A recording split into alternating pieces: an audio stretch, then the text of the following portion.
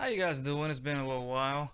I just received my Steam Deck a few weeks ago, and considering it's a device that's hasn't been produced a whole lot, and there's a lot of people waiting for it, I decided, you know what, I'm gonna make a review for it, something quick, just to help somebody who's thinking, okay, maybe I want to buy it or not, and make that decision. Considering you have to wait months and months now, maybe it'll help making a decision on if it's worth it or not. So let's start with the good things, and then we're gonna get into the not so good things.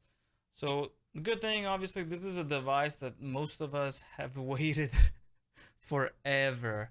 Um, I remember when I had the PSP, and I wished to be able to play some of the games on the computer or on the PlayStation. Was it the three when the PSP was around, or the two? I don't remember. And you couldn't, obviously the selection was very limited, the performance was pretty limited, and so this does exactly what I wanted back then. I mean, you can play so many games, and in fact I could even get some games from 2000 to run on this thing. In particular, it was Deus Ex and Unreal Tournament. They work. I don't know how. I don't know if it's something that they had to do on their end, or if it just works, but it works. So, well, I boot this thing up. Look at that. It's unbelievable. But yeah, the performance is pretty good. Most games will run at 60 FPS with the resolution of the Steam Deck. Some games you have to lower down the performance, like Days Gone, for example. I was trying to play it, I had to lower it down. GTA 5, obviously, and sometimes they get to like 50 FPS. So you gotta manage that a little bit. I have not lowered down the resolution. I always want to keep the resolution of the device. Look at that. And actually, I want to get in game, but oh, look, it's not working so great now. Yeah, so see some of the games you they're a little bit awkward because with this one you can't click on the thing, you can't move this on the menu. You have to use the mouse pad and the right trigger. So sometimes a little bit awkward, but when you get into the actual game, most games are pretty well playable. Uh, and yeah, so look, it works. The game from 2000. Don't ask me how, but pretty impressive. So, uh, yeah, you can exit the games normally, or you can exit them using the Steam button. So we got this Steam button. It's kind of like an overall button for Steam. You got all the Xbox usual buttons. You have a button over here where you can change the some of the performance stuff. You can change the brightness. You can turn on Wi-Fi, Bluetooth, that sort of stuff, airplane mode, all that good stuff. Then you got on top. Actually, well, obviously you have the pads, one on the left, one on the right.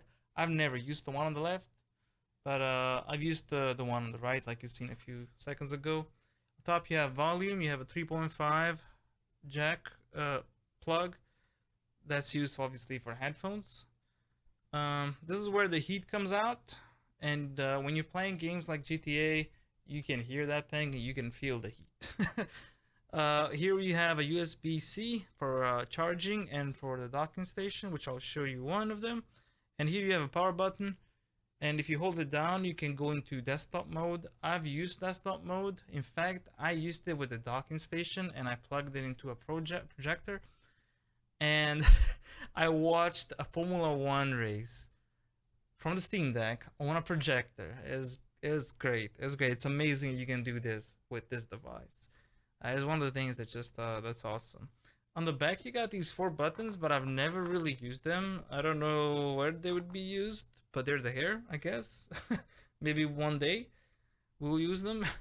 Um, these speakers are impressive. I mean, they're so good for a device like this. It's crazy. The mic I've heard is pretty good, but I haven't used it, so I can't really tell on that. And apparently you can install like Windows on it if you want, but I heard that the performance and the compatibility is not really good, and it's a little bit of a mess, so I didn't do it. I'm just gonna keep it this way. Honestly, it does what I want it to do, and I think what 90% of the people want to do with it. So yeah, it's pretty good. Uh, Trying to think if there's anything else that I want to say is good. Oh, let me compare here real quick. So this is the original Nintendo Switch right here. So in terms of size, this is one next to the other. There you go. So you can see it's a bit bigger and it's also a little bit taller. Not much, but a little bit. In terms of weight, I'd say about the same. Maybe it's a little bit heavier, which is crazy. I don't know if it's a good thing or a bad thing. 'Cause I feel like sometimes, heavier means like more quality. Not necessarily, but considering how much smaller this is, it's crazy that it's the same, about the same. Pretty impressive. So that's the Nintendo Switch, and I'm using a docking station that I bought on Amazon that uses USB-C. So you just plug it in. Pretty simple. Nothing too fancy. For me, it works great. That's the good stuff, and it's a great experience. I mean, the performance is amazing. And now we're gonna get into the bad. So first of all, I'm gonna start, and this might change. I don't know, but when I ordered this like an hour after it was available in July of 2021, and I recently got the ability to order it, like actually buy it, and I just put a pre-order. And I was not given an option to choose which carrier to use. I was not given an option to choose the delivery, like how quickly I'd receive it. And man, it used FedEx, and I could not tell what the hell it was doing. It was just going from one place to another. It would say after delivery on this day, and it was like in a different state. Then it goes somewhere else and do after delivery in the different state, and then it come here and do after delivery in this state. It was so confusing because I was like, okay, am I gonna get it today? No, we're not gonna get it today. Am I gonna get it today? No, not today. It is just so confusing. The good thing is I heard that before the box was actually labeled with the Steam Deck, and so everybody knew it was a Steam Deck, which is literally like yelling, please rob me.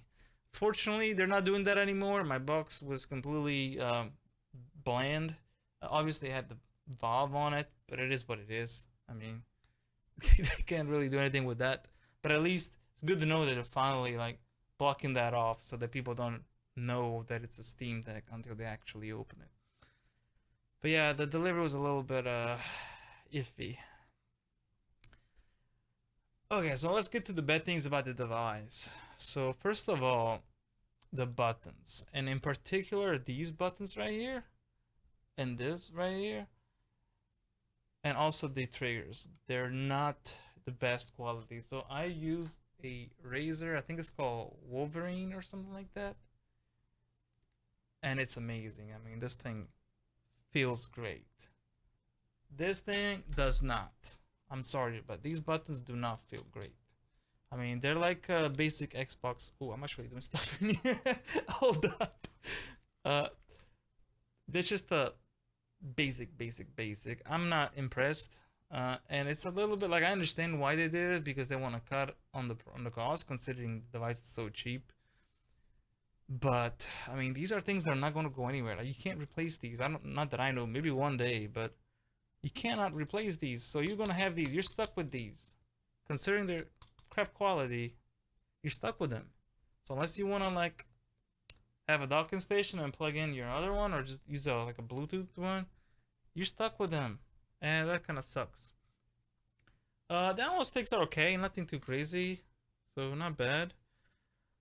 And I will tell you, yesterday I was playing a game that uses a lot my left trigger, and after a little while I noticed that if I release this trigger slowly, I could hear the spring.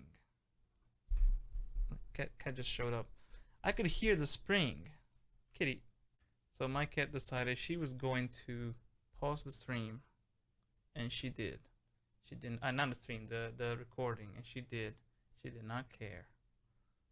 Anyway, I was saying, yeah, I could hear the spring. I've looked online on Reddit, and I noticed that quite a few people had this problem, which is a little bit disappointing, and especially for somebody that has had this only for like 2 weeks.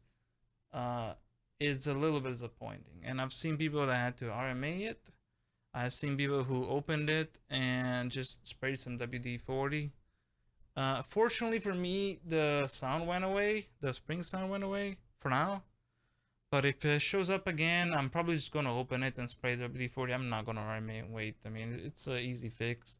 It's just a little bit disappointing that something so basic is an issue in just a few weeks after you receive it. I mean, I was not really expecting that. But overall, this is a great device. This cat which wants to ruin this recording. It's a great device, honestly. All in all, despite the few flaws, it's amazing. Now, honestly, if I was to recommend, I'd recommend the cheap version, the $400, I think. Because honestly, you can just plug in the micro SD in here and get like 1 terabyte for like $100. And you're not gonna have issues with the storage, mostly, for most people.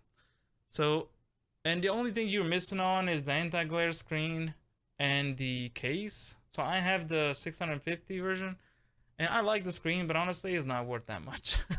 It's not worth that much money. And the case, it's not that big of a it's not a big deal.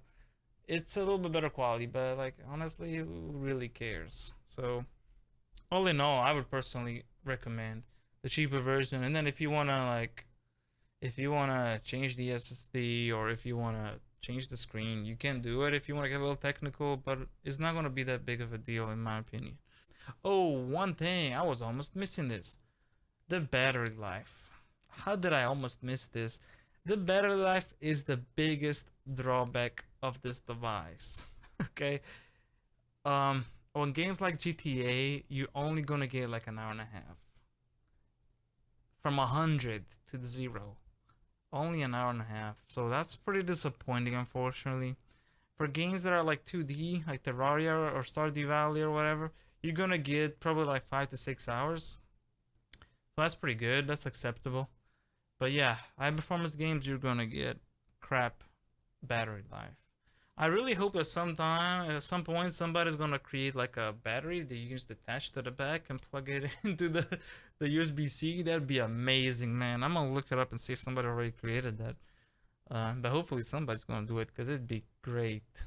Because like I said, the battery life on this thing is the biggest drawback. But I would still recommend it, honestly. Like if you're thinking about it, it's worth it. Like it's worth it. And if you travel, it's pretty much required. Like it's just so good, man. And you can, if you really want to use like a laptop, just plug this thing in. You know, put a keyboard and mouse, put a monitor. You're good to go. It's just like a laptop. So that's all my opinion on the Steam Deck. If you got questions, let me know if I missed anything. And I'll see you on the next one. I don't know when the next one, but I'll see you. I always upload something every once in a while, so I'm sure I'll upload something. If you want to see something specific, just comment and I'll cover it if I can. And I'll see you on the next one.